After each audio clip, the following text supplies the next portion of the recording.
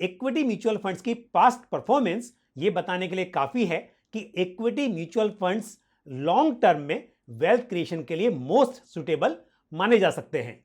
लेकिन सभी equity funds एक जैसे नहीं होते और अलग अलग कैटेगरीज के इक्विटी फंड्स में रिस्क और रिटर्न्स की संभावना एक दूसरे से अलग हो सकती है। एक इक्विटी म्यूचुअल फंड का इन्वेस्टमेंट किस तरह के मार्केट कैप वाले शेयर्स में हुआ है, उसके आधार पर उस इक्विटी फंड को लार्ज कैप, मिड कैप या स्मॉल कैप के रूप में क्लासिफाई किया जा सकता है। मार्केट कैप या मार्केट कैपिटलाइजेशन का मतलब यह है कि किसी कंपनी के जो टोटल नंबर ऑफ शेयर्स हैं, उन्हें यदि उस कंपनी के शेयर की जो करंट मार्केट वैल्यू है, यदि उससे मल्टीप्लाई किया जाए तो जो वैल्यू निकल कर आती है वो कहलाती है उस कंपनी की मार्केट कैपिटलाइजेशन या मार्केट कैप।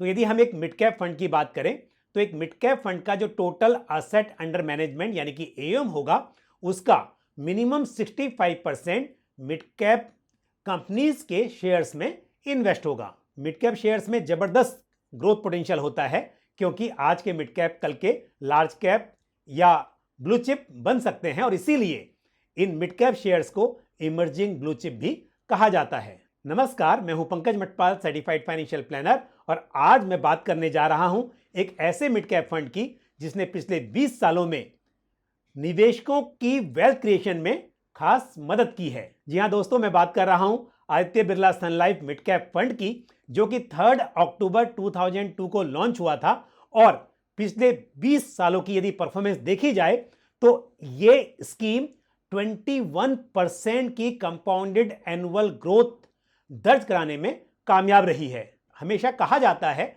कि यदि इक्विटी फंड्स में निवेश करना है या इक्विटी मार्केट में इन्वेस्टमेंट करना है तो आपका इन्वेस्टमेंट होराइजन या निवेश का जो नजरिया है वो हमेशा लंबा होना चाहिए, तभी आपको इसका असली फायदा दिखाई देता है। मैं आपको एक एग्जांपल देकर बताता हूं कि यदि किसी इन्वेस्टर ने जब ये स्कीम लॉन्च हुई थी यानी कि 3 अक्टूबर 2002 को, उस दिन इस स्कीम में 1 लाख रुपए इन्वेस्ट किए होते तो एज ऑन 30 सितंबर 2022 वो 1 लाख बढ़कर लगभग 46,31,000 रुपीस बन गए होते। यानी कि 20 सालों में 1 लाख रुपया बढ़कर 46 लाख से भी अधिक। वहीं निफ्टी 50 टीआरआई में इन्वेस्ट करने पर इन्वेस्टर को करीब करीब इससे आधा रकम मिल पाती। तो कहने का मतलब यह है कि आदित्य बिरला सन लाइफ लास्ट 20 इयर्स में बेहतरीन वेल्थ क्रिएटर साबित हुई है, जिसने लगभग 21% का CAGR डिलीवर किया है। और वहीं यदि इस स्कीम में शुरुआत से आपने 10,000 पर मंथ की SIP की होती तो एज ऑन 30 सितंबर 2022 आपके पास जमा हो गए होते लगभग 1,67,00,000 यानी कि 1,67 लाख रुपीस। इसमें GARP यानी कि ग्रोथ एट रीजनेबल प्राइस, इस फिलॉसफी को फॉलो किया जाता है। कहने का मतलब यह है कि स्टॉक सेलेक्ट करते वक्त किसी भी स्टॉक की ग्रोथ अपॉर्चुनिटी के साथ साथ वैल्यू इन्वेस्टिंग को भी ध्यान में रखा जाता है।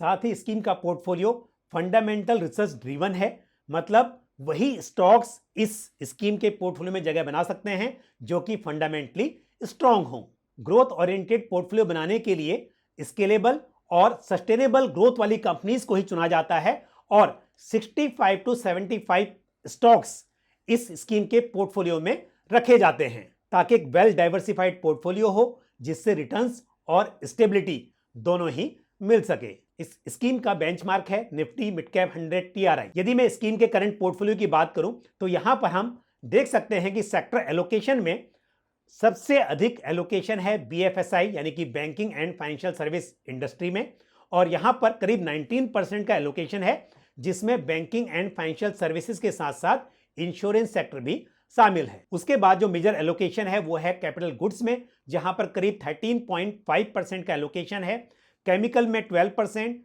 कंज्यूमर ड्यूरेबल और हेल्थ केयर में 8% का एलोकेशन है, और IT सेक्टर में एलोकेशन 6% और ऑटो सेक्टर में करीब 4% का एलोकेशन है, और बाकी का लगभग 25% एलोकेशन जो है वो दूसरे सेक्टर्स में है। और इस स्कीम के अंडरलाइंग पोर्टफोलियो में जो टॉप 5 कंपनीज हैं वो आप यहां पर देख सकते हैं।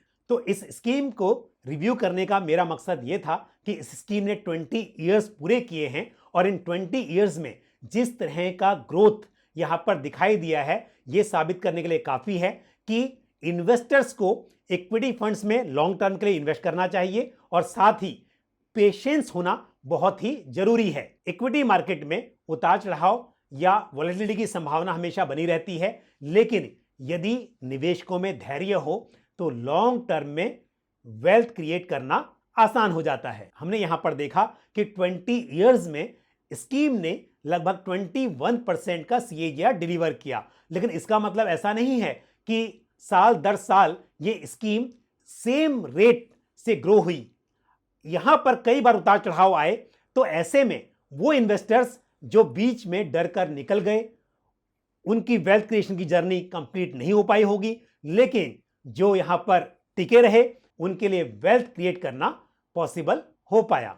तो ऐसे इन्वेस्टर्स जो अपने लॉन्ग टर्म फाइनेंशियल गोल्स के लिए म्यूचुअल फंड्स में इन्वेस्ट करना चाहते हैं उनके लिए मिड कैप फंड्स सुटेबल हो सकते हैं। यदि आप आदित्य बिरला सन लाइफ मिड कैप फंड में लमसम अमाउंट इन्वेस्ट करना चाहते हैं तो मिनिमम 1000 रुपीज से शुरुआत की जा सकती है और 1 रुपी के मल्टीपल्स में इसे बढ़ाया भी जा सकता है। और यदि कोई इन्वेस्टर यहां पर SIP करना चाहे तो मिनिमम 1000 रुपीज से SIP की शुरुआत की जा सकती है। आदित्य बिरला सन लाइफ मिड कैप फंड के फंड मैनेजर हैं मिस्टर अनिल शाह, जिन्हें इक्विटी मार्केट में 30 लॉन्ग सक्सेसफुल ईयर्स का एक्सपीरियंस है। तो मुझे उम्मीद है ये जानकारी जो मैंने शेयर की आप लोगों के साथ ये काफ़ी इंफॉर्मेटिव और मोटिवेशनल रही होगी, क्योंकि आपने देखा कि किस तरह से इक्विटी फंड्स और विशेष तौर पर mid cap funds long term में वेल्थ क्रिएशन में आपकी मदद कर सकते हैं।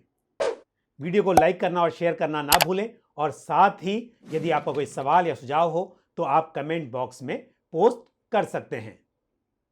आज के लिए बस इतना ही। अगले वीडियो में फिर आपसे मुलाकात होगी। Thank you. जय हिंद। म्यूचुअल फंड निवेश बाजार जोखिमों के अधीन है। योजना से संबंधित सभी दस्तावेजों को ध्यान से पढ़ें।